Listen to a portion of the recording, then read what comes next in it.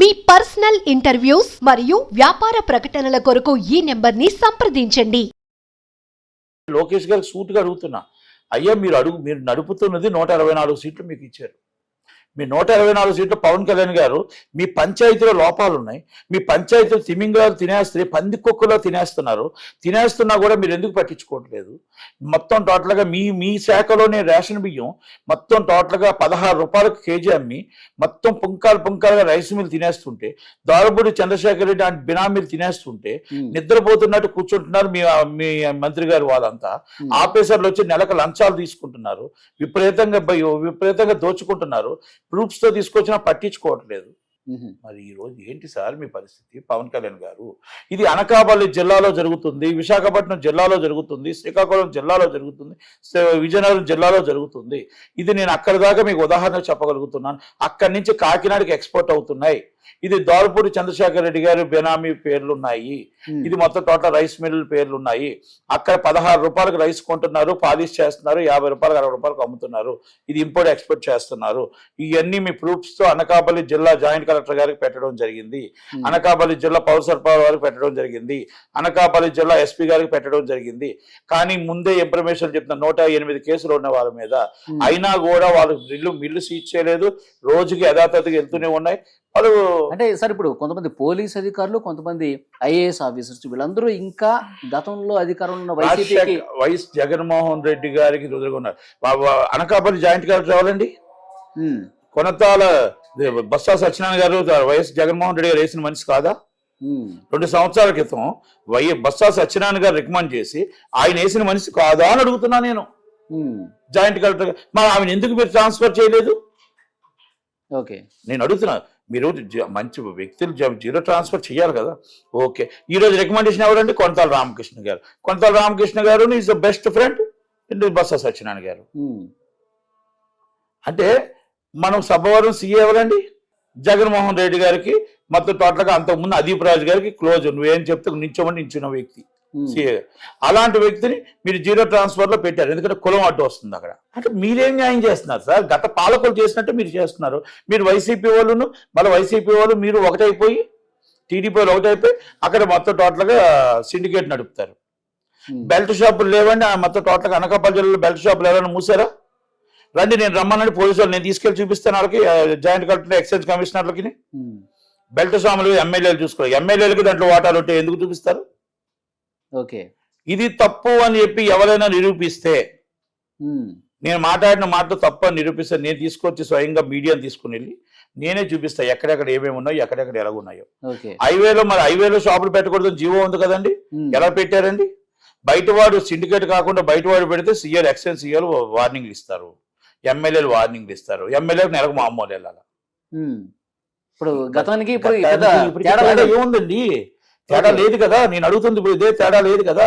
నేను joint collector గారు complaint ఇచ్చా, అది వేరే ఇష్యూ అండి. అంటే పేదల బియ్యం దోచుకుంటుంటే వేరే ఇష్యూ అమ్మా అని అడిగా. ఇది 4 నెలల నుంచి కంప్లైంట్. ఇప్పుడు రేషన్ బియ్యం అక్రమ రవాణా అనేది ఇప్పుడు అదేం తప్పులేదంట వాళ్ళకి. అంటే నేను ఏమంటానంటే రేషన్ బియ్యం క్యాన్సిల్ చేసేయండి, పేదలకి రేషన్ బియ్యం క్యాన్సిల్ చేయండి. మీకు పట్టుకోవడానికి చేత కానప్పుడు రేషన్ బియ్యం పేదలకి తీసివేయండి. మీరు రూపాయి బియ్యం ఇస్తే 16 రూపాయలకు అమ్మడం ఎంత దాకా కరెక్టు? ఇది పవన్ కళ్యాణ్ గారు నేను సూటుగా అడుగుతున్నా ప్రశ్న.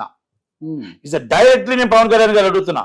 సనాతన ధర్మం, మన న్యాయం కోసం పోరాడాలి, మన జీవితం సిన్సియర్గా పోరాడాలి అన్నప్పుడు పంచాయతీలో మీకు ఎన్ని వందల కోట్లు మీకు వస్తుంది, ఎన్ని వందల కోట్లు మొత్తం టోటల్గా బయటికి వెళ్ళిపోతుంది. పంచాయతీ చట్టం ప్రకారం ఎంత ట్యాక్స్ రావాలి, ఎంత మీకు కలెక్ట్ అవుతుంది, ఎన్ని % కలెక్ట్ అవుతుంది, అది ఈ రోజుకి మీ దగ్గర లిస్టులో ఉందా అని అడుగుతున్నా. పంచాయతీ ఈవోలు ఇష్టం వచ్చినట్టు మొత్తం మింగేస్తుంటే ఈరోజు వడ్డాదిలో 1.5 కోటి స్కామ్ అయింది. ఆ వడ్డాదిలో ఈవోని పట్టుకొని చెట్టు కట్టి పట్టుకొని వాళ్ళకి మళ్ళీ 20 లక్షలు కలెక్ట్ చేశారు. ఏదో ఆ గ్రామస్తులే. 1.5 కోటి స్కామ్ అయితే కూడా మళ్ళీ ఆయనకు తీసుకొచ్చి అందరం ఎక్కించి మీ చోడవరం ఎమ్మెల్యే అందరం ఎక్కించి మళ్ళా తీసుకొచ్చి నెలకు 10 లక్షలు మామూలు ఇస్తున్నాడు. ఆయనకి 10 లక్షలు మామూలు ఇస్తుంటే ఎంత లాభం వస్తుంటది? ఎన్ని అక్రమాలు చేసి ఉంటాడు?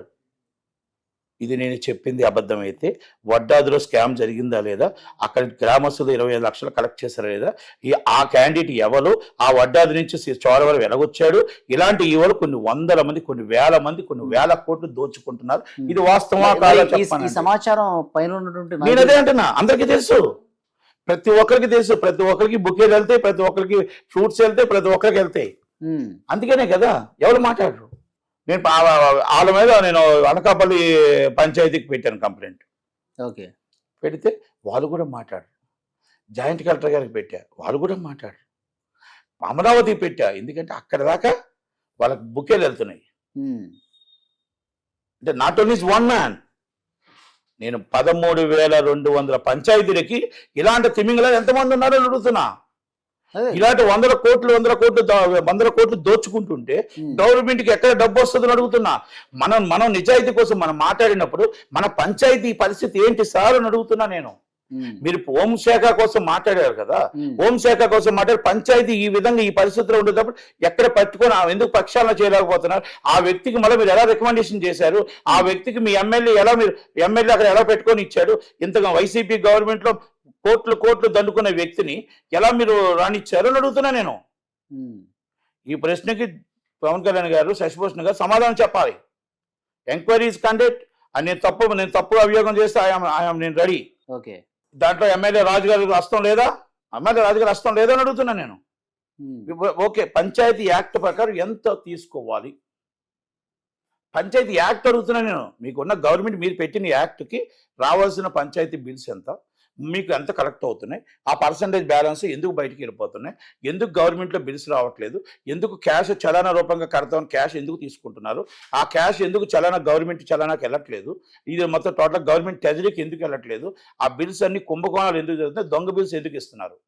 ఇది నేను చెప్పిన మాట కాదు. నేను చెప్పిన మాట కాదు. నేను చెప్పిన మాట కాదు. ఇది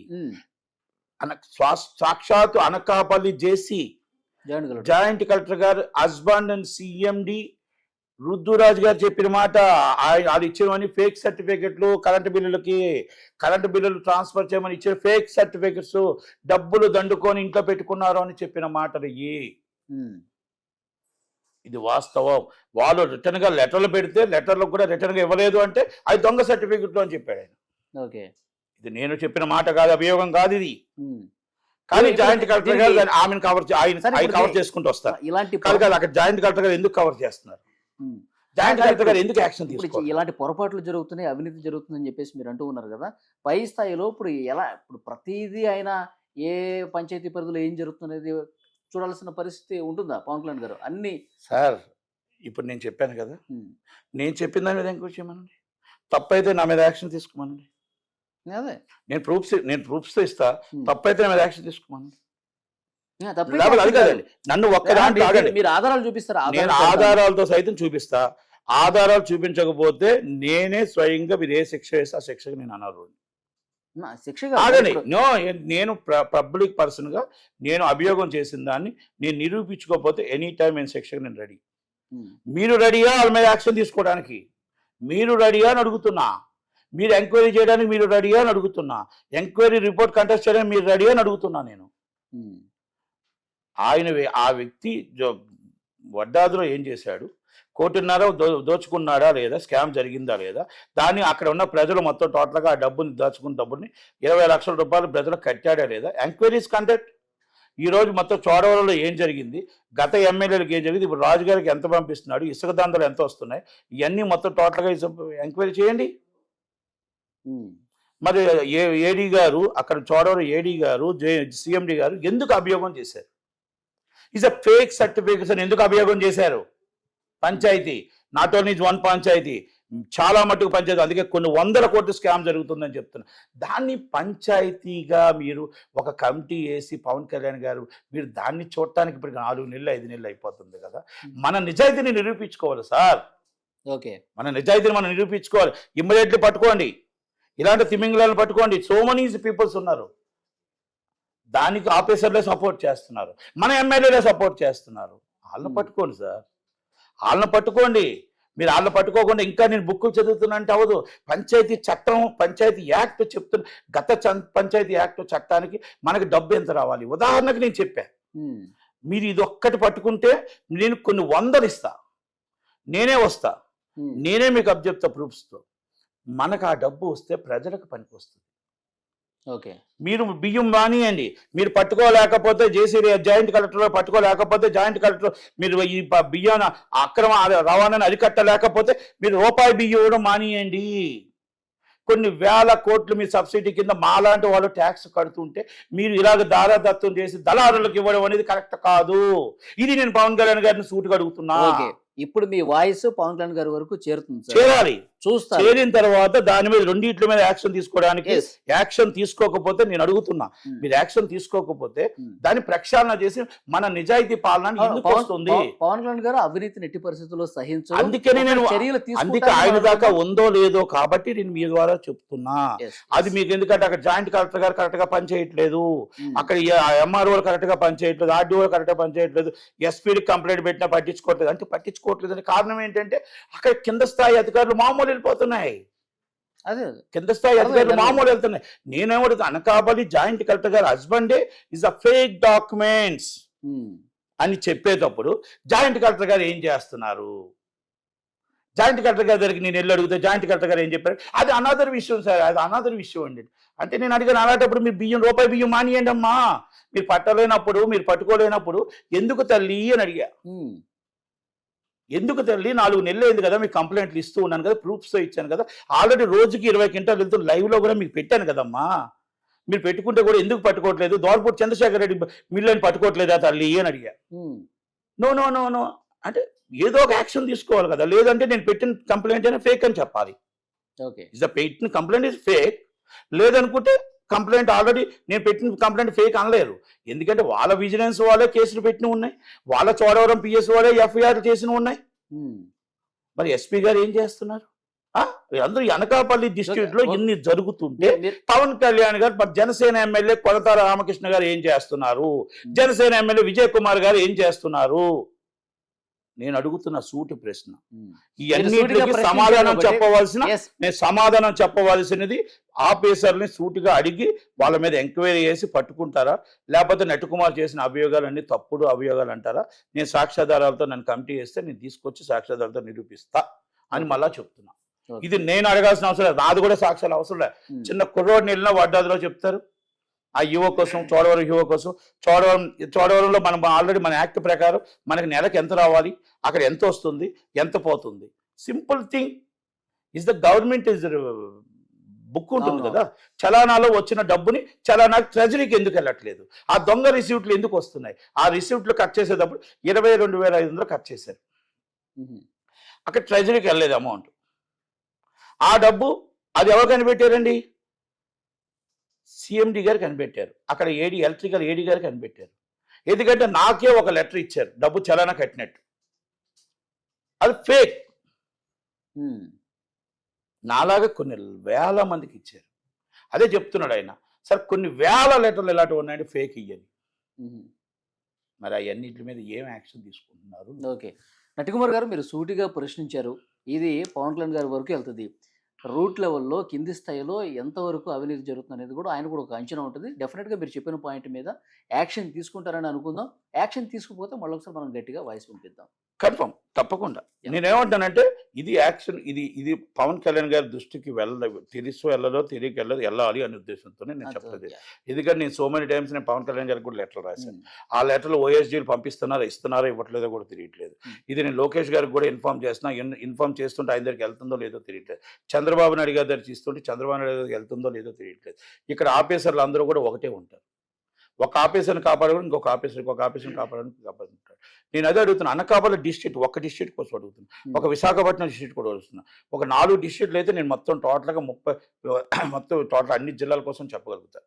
అన్ని జిల్లాల్లో ఇదే జరుగుతుంది. అవును సార్, అధికారుల ప్రక్షాళన డెఫినెట్గా చేయాలి. నేనేమంటానంటే మీకు అది కాదు, మీరు గత పాలకులు చాలా బాగా మీరు అసెంబ్లీలో తిడుతున్నారు కదా, గత పాలకులు వేసిన జేసీ గారు ఉంటున్నారు కదా, మరి గత పాలకులు వేసిన సీఎనే ఉంటున్నాడు కదా, గత పాలకులు వేసిన మరి యువనే ఉంటున్నాడు కదా, గత పాలకులు వేసిన ఎంఆర్ఓలే ఉంటున్నారు కదా, గత పాలకులు వేసిన డీడీఏ ఉంటున్నారు కదా, మీకు ఎక్కడ న్యాయం జరుగుతుంది అని అడుగుతున్నాను నేను. మీకు రైస్ మిల్లు సీజ్ చేయాలన్నా ఇంకోటి పవన్ కళ్యాణ్ గారు ఒక మాట అన్నారు, గత ప్రభుత్వం తాలూకా అప్పులు అవినీతి కూడా మనకు వారసత్వంగా వస్తుంది. దీన్ని అప్పుడు అవినీతి వారసత్వంగా వచ్చింది. ఉమ్, ఆఫీసర్లు వారసత్వంగా రావాల్సిన అవసరం లేదు. ఇస్ అ రైట్ మీకు. వాళ్ళని తీసేసి ఇంకొకరిని వేసే రైట్ మీకు ఉంది. ఆ రైట్ నిజాయితీ పనులు తీసుకొచ్చి లూబ్లైన్లు వేస్తారు, నిజాయితీ పనులు తీసుకొని విఆర్లు వేస్తారు, నిజాయితీగా ఉన్న వాళ్ళు తీసుకొచ్చి సివిల్ డ్రెస్లు వేస్తారు, కాకా పట్టిన వాళ్ళని భజన చేసే వాళ్ళని ఎమ్మెల్యే కాలు దగ్గర కూర్చునే వాళ్ళని తీసుకొచ్చి ఉమ్. ఆఫీసర్లుగా వేస్తున్నారు. అప్పుడు మనకి ఏం న్యాయం జరుగుతుంది సార్? చూద్దాం సార్. లెటర్ కావాలి ఎమ్మెల్యే, ఎవరైనా లెటర్ ట్రాన్స్ఫర్ చేయాలి ఎమ్మెల్యే లెటర్ కావాలి, ఉమ్, ఎవరినైనా మనం వేసుకోవాలంటే ఎమ్మెల్యే లెటర్ కావాలి. అప్పుడు ఎక్కడ న్యాయం జరుగుతుంది అని అడుగుతున్నా. ఎమ్మెల్యేకి న్యాయం జరుగుతుంది, ఉమ్. తెకమాలకి ఎక్కడ న్యాయం జరుగుతుంది? ప్రజలకు న్యాయం ఎప్పుడు జరుగుతుందో దేవుడా అని చూసుకొని కూర్చోవాలా అని అడుగుతున్నా. మీరు చాలా వ్యాలిడ్ పాయింట్స్ లేవనెత్తారు నందకుమార్ గారు. చూద్దాం. ఇది నేను అడుగుతుంది ఏంటంటే Yes, పవన్ yes. కళ్యాణ్ గారి మీద నాకు పూర్తి నమ్మకం ఉంది. ఉమ్, పవన్ కళ్యాణ్ గారి మీద ఆమె సిస్టమ్ మీద నమ్మకం ఉంది. ఉమ్. ఆ సిస్టాన్ని ఈయన పాడు చేస్తున్నారు. ఆ సిస్టమ్ ఈయన కూడా బాగు చేయలేకపోతే ఇక ప్రపంచం ఎవరు బాగు చేయలేరు, అదే, అదే, అర్థమైంది. ఇంకెవరు చేయలేరు. Yes. ఎందుకంటే టీడీపీ అనేది 40 సంవత్సరాల నుంచి ఉంది. ఉమ్, లోకేష్ గారు మొన్న రావచ్చు, కానీ పవన్ కళ్యాణ్ గారు అనే వ్యక్తి ఒక న్యాయం కోసం, ఒక నీతి కోసం, ఒక నిజాయితీ కోసం, సనాతన ధర్మం కోసం ఒక ప్రక్షాళన చేద్దామని ఆ శాఖలు తీసుకొని ప్రయత్నం చేస్తున్న వ్యక్తి, కోట్లాది కోట్లు వదులుకొని వచ్చిన వ్యక్తి, ఆయన కూడా ప్రక్షాళన చేయలేకపోతే ఇంకా జీవితంలో ఈ రాజకీయ ప్రపంచంలో పనికిరాదు, చేయలేరేమో. ఈ పంచాయతీ అనే ఒక కుంపని 13,200 కంచి పంచాయతీల్ని మనం ఎదుటి వాళ్ళకి అప్పించేటట్టు ఉంటాం. ఈ యాక్ట్ పాత యాక్ట్, కొత్త యాక్ట్ ఏం అవసరం లేదు. ఆ పాత యాక్ట్ ప్రకారం డబ్బులు కలెక్ట్ చేస్తే కొన్ని వేల కోట్లు వస్తుంది. అది టోటల్గా అధికారుల సొమ్ము, రాజకీయ నాయకులకు కొంత సొమ్ము జోబులకు వెళ్ళిపోతుంది. ఇన్స్టిల్ ఇప్పుడు కూడా వెళ్తుంది. అదే సార్. ఇసుక వచ్చి ఫ్రీ అన్నారు, ఇసుక మామూలు ఇవ్వకపోతే అది బతకలేడు పాపం. బెల్ట్ షాపులు లేవన్నారు, బెల్ట్ షాపులు ఉన్నాయి. మీకు ఎక్కడ ఏది న్యాయం జరిగింది? మళ్ళీ ప్రక్షాళన చేస్తా ఉన్నాం. ప్రక్షాళన చెయ్యండి. నాలాంటి వాళ్ళు చెప్పినవి కూడా మీరు వాల్యుబుల్గా వెళ్ళండి. అక్కడ దొరకకపోతే తప్పుడు సమాచారం ఇచ్చాడు ప్రెస్ మీట్ పెట్టండి. డెఫినెట్ గా తప్పుడు సమాచారం వాస్తవాలంటే పరిగణలోకి తీసుకుంటారు. తప్పుడు సమాచారం అయితే రిజిస్టర్డ్ ఈస్ రిజిస్టర్ చేయండి, కేసు నా మీద రిజిస్టర్ చేయండి. నేను ప్రూఫ్స్ కానీ చూపించకపోతే రిజిస్టర్ చేయండి. వీడియో సైతం మొత్తం టోటల్గా మీకు, ఎందుకంటే పార్టీకి పరువు పోకూడదు. అందుకనే నేను వాల్యూ పరంగా చెప్తున్నా, మీరు ఎంక్వైరీ చేయండి. అది కానీ ఇట్టి పరిస్థితుల్లో మీకు ఏమైనా కావాలంటే కూడా నేను చెప్తాను. ఎందుకంటే ఎంక్వైరీ సగంలో సార్, మీరు కేసుకు సంబంధించిన డీటెయిల్స్ చెప్పారు, పేర్లతో సహా చెప్పారు, ఏ ప్రాంతంలో చెప్పారు, అవన్నీ ఆయన దృష్టికి వెళతాయి. వెళ్ళిన తర్వాత చర్యలు తీసుకుంటారు అనుకుందాం. తీసుకోకపోతే మళ్ళీ ఒకసారి మనం బలంగా చోడవరం మండలంలో ఆయన ఈవో, ఇంతకుముందు వడ్డాది చేశాడు, వడ్డాది ఈవో, ఇప్పుడు వడ్డాది ఏడీ చేశాడు, ఇప్పుడు వడ్డాది ఏడీ చేస్తున్నాడు. తిమింగలం తిన్నట్టు తింటున్నాడు ట్రాన్స్ఫార్లంకి. తిమింగలం తిన్నట్టు ఆ వడ్డాదిలో ఆయన ఎలా ఉంచారు? వడ్డాది నుంచి చోడవరం చేశారు, చోడవరం నుంచి మళ్ళీ వడ్డాది వేశారు, నువ్వు ఎక్కడే తినని బహిరంగంగా తింటున్నాడు. మీరు ఎవ్వరు వచ్చినా కూడా బహిరంగంగానే కూర్చొని తింటున్నాడు. ఒక చోడవరం ఏఈ, అందరూ ఏంటి? నేను నాట్ ఓన్లీ వన్ మ్యాన్, నేను అందరూ ఇలా తింటూ ఉంటే, చూస్తూ కూర్చు ఉంటే, మనం గత పాలకులకి మనకి తేడా ఏంటి? గత పాలకులు చేసింది మనము చేస్తున్నాం. 5 సంవత్సరాలు అయిపోయింది, మళ్ళీ ఎలక్షన్ వస్తుంది. మళ్ళీ ఎలక్షన్లో మేము అప్పు నుండి పోయి గత పాలకులు చేసిన పాపాలకి మేము మళ్ళీ చేయలేకపోయి మళ్ళీ మాకు 5 సంవత్సరాలు అని అడుగుతారా? లేకపోతే వాళ్ళందరినీ ప్రక్షాళన చేసి వాళ్ళు మొత్తం టోటల్గా మనం ఏ విధంగా లాభంలో తీసుకురావాలనుకుంటామా? మీరు చెప్పండి నాకు. గత పాలకులు చేశారు, ఆ పాలకులదంతా మీరు రోజు తిట్టుకున్నప్పటికీ కోర్టులో పోలీస్ స్టేషన్లో వేసేదో సరిపోయింది, ఇంకో 5 సంవత్సరాలు ఇవ్వండి మీకు మళ్ళీ మంచి పాలన ఇస్తామంటారా? అంటే టీఆర్ఎస్ అన్నట్టు టీఆర్ఎస్ ఇంకో 5 ఇమ్మన్నారు, ఇచ్చాం, 10 ఇచ్చారు. 10 ఇచ్చిన తర్వాత మళ్ళీ ఇంకొక 5 ఇవ్వండి, సరిపోలేదు, మాకు ఇల్లు కట్టడానికి అన్నారు. అందుకని బాబు నువ్వు ఇంటికి వెళ్ళిన ఆయన అని చెప్పారు. అంటే ప్రజలు విజ్ఞులు, ప్రజలు చాలా చాలా విజ్ఞులు. 164 సీట్లు మీకు ఇచ్చారంటే అంత కోపం ఆయన మీద ఉంది. దయచేసి ఆ ప్రేమని, అనురాగాన్ని మనం నిలబెట్టుకోగలగాలి. 5 నెలలు అవుతుంది కాబట్టి ఇంకా, అందుకే అంటున్నాను, మనం ఇప్పటి నుంచి చెప్పగలిగితేనే అది. నేనేంటంటే ఇప్పుడు మిమ్మల్ని పొగిడితే అది కాదు, మీకు తప్పు జరుగుతున్నప్పుడు చెప్పగలిగితే రెక్టిఫై చేసుకుంటారు. ప్రతిపక్షం లేదు ఇక్కడ, అంతే తప్ప మీ ప్రతిపక్షంలో ఉన్నట్టు నేను ప్రతిపక్షం గాను, నేను స్వపక్షంలోనే ఉండి నేను ప్రతిపక్షంగా నేను కంపల్సరీ చెప్పాల్సిన బాధ్యత నాకు ఉంది.